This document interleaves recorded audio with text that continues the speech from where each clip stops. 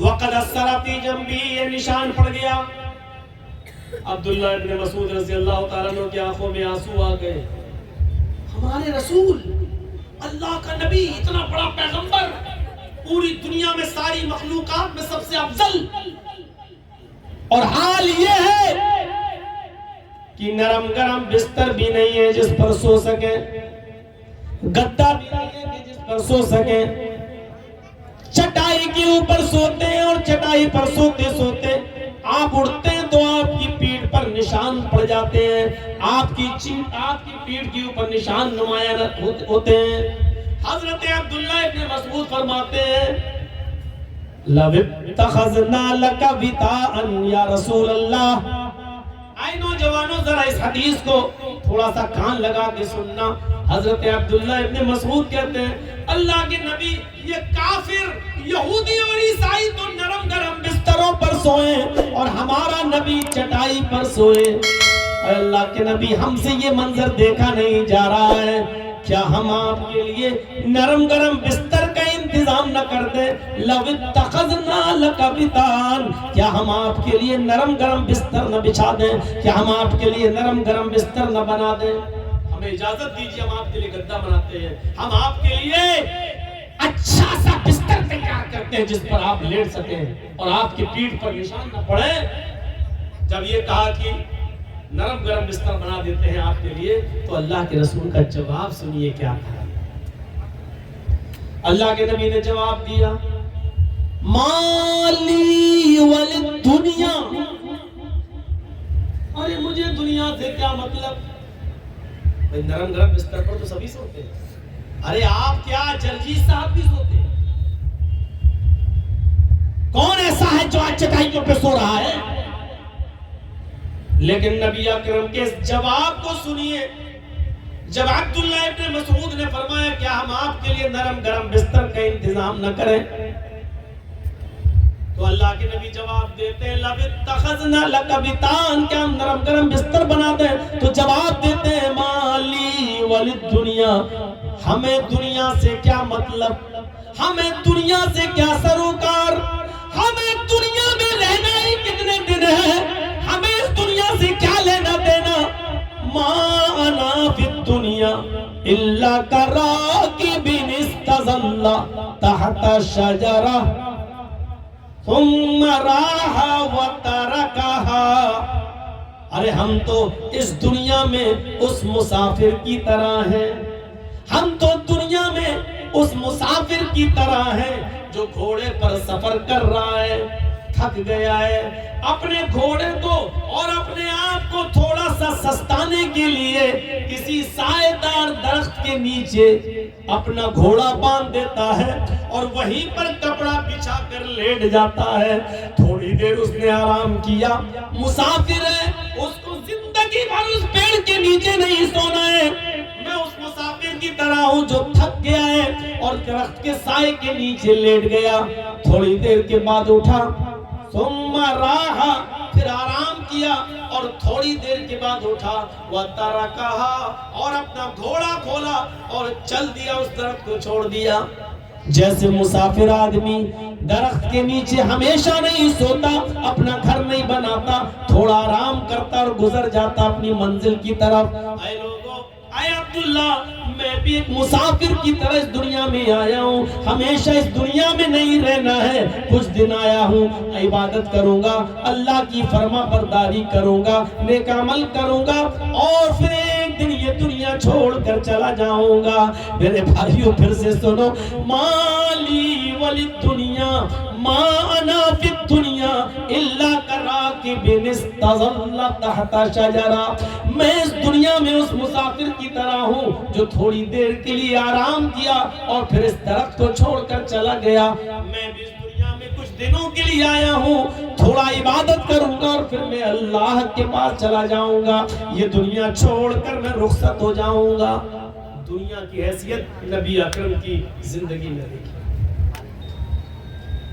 ان تمام حدیثوں سے آپ کو ایسا لگ رہا ہوگا کہ جرجیت صاحب یہ کہنا چاہتے ہیں کہ دنیا بالکل ترک کر دو. نہیں، میرا مطلب بالکل یہ نہیں ہے کہ آپ دنیا ترک کر دو.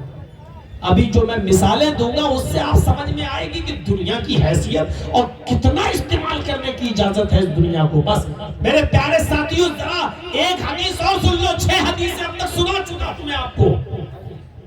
یہ بھی ترمذی کی حدیث تھی, 4 مسلم کی, 2 ترمذی کی حدیثیں میں نے آپ کو سنا دی. اب جو حدیث سنانے جا رہا ہوں وہ ابو داؤد کتاب الملاحم کی ہے. ذرا غور کرنا اس حدیث کے الفاظ پر. اللہ کے نبی صلی اللہ علیہ وسلم فرماتے ہیں یوشک الامم ان تدعا علیکم کما تدعا اللقلۃ علی قصتها. لوگوں ایک ایسا زمانہ تمہارے اوپر آ جائے گا کہ تمہارے اوپر دنیا کی ساری قومیں ایسے ٹوٹ پڑیں گی. دیکھ لیجئے آج کے حالات دیکھ لیجئے مسلمانوں, تمہارے اوپر دنیا کی ساری قومیں ٹوٹ پڑی ہیں. ہندوستان لے لو, پاکستان لے لو, بنگلہ دیش لے لو, سیریا لے لو, لبنان لے لو, فلسطین لے لو, ایران لے لو, مراکش لے لو. آج جہاں پر بھی مسلمان زندہ ہے اس خطے کو لے لو. یوشک الامم ان تدعا علیکم کما تدعا القلۃ علی قصتها. مسلمانوں تمہارے اوپر ایک ایسا زمانہ آ جائے گا کہ دنیا کی ساری قومیں ٹوٹ پڑیں گی, تمہارے اوپر پل پڑیں گی جیسے بھوکے لوگ دسترخوان پر پیالوں پر ٹوٹ پڑتے ہیں. کئی دن کے بھوکے لوگوں کو اچانک چھوڑ دو تو ایک دم دسترخوان پر ٹوٹ پڑیں گے. مولانا صاحب کئی لوگوں کے بھوکے تو چھوڑ دو, کسی شادی میں دعوت دے کے دیکھ لو, اگر دوپہر کی دعوت ہے تو صبح کا ناشتہ نہیں کرتا آدمی, نہیں صبح ناشتہ کر لوں گا دوپہر میں کھایا نہیں جائے گا. اور شام کی دعوت ہے تو دوپہر میں کھانا نہیں کھاتا کہ دوپہر میں کھا لوں گا تو شام کو نہیں کھا سکوں گا. بھوکا رہتا ہے اور شام کے کھانے پر جھوٹ پڑتا. اور اس سے بھی زیادہ اگر دیکھنا ہو تو کسی نیتا کی افطار پارٹی دیکھ لو, جب وہ روزہ افطار کراتا ہے لوگ ٹوٹ پڑتے ہیں.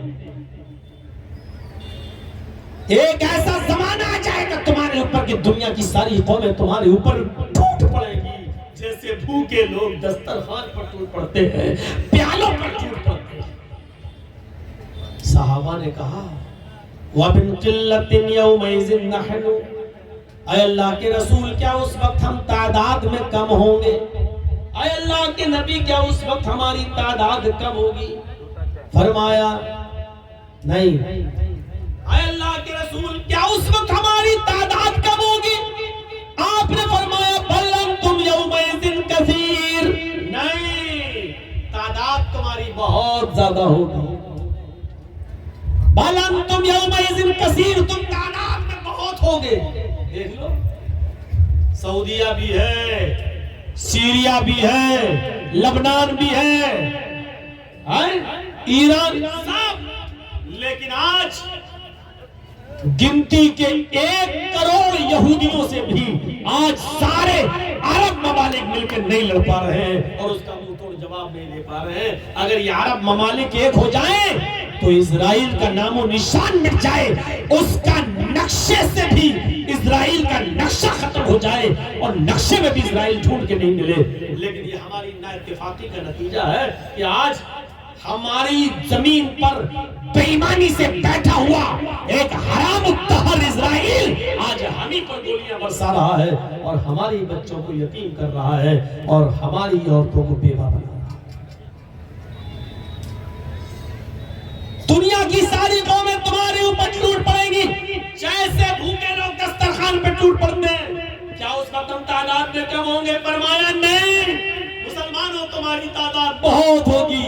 آج ہماری تعداد دوسرے نمبر پر, پہلے نمبر پر عیسائی, پوری دنیا میں پہلے نمبر پر عیسائی اور عیسائیوں کے بعد دوسرے نمبر پہ مسلمان, سیکنڈ نمبر پہ مسلمان. لیکن اس کے باوجود میرے بھائیو حالت دیکھو, ضربت علیہم الذلۃ والمسکنہ. کائنات کے کسی دور میں اتنا ذلیل مسلمان نہیں تھا جتنا آج کے دور میں. یہ کیا ہے؟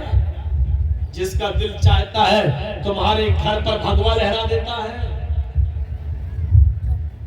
ابھی دیکھ لو بھاگلپور کی سرزمین پر کیا ہوا، ایک مسجد پر بھگوا لہرا دیا گیا.